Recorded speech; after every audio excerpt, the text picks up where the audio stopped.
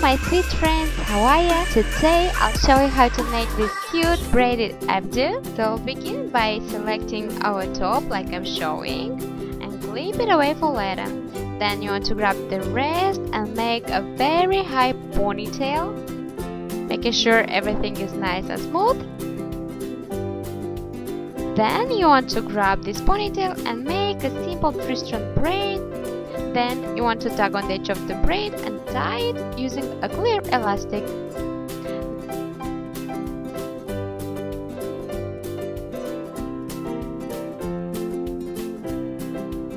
Now you want to grab your top section, tie it as well, creating a ponytail. Pull it a little bit to make it fuller and voluminous looking. Also, if you want to leave some hair out like I did, then you want to make our second simple 3-strand braid, tug on the edge of the braid and tie it using a clear elastic, preventing from unraveling as well. Now you want to wrap our braid around your ponytail like I'm showing, fix it in place, and you're basically done. Tell me please in comments down below what you think about this hairstyle.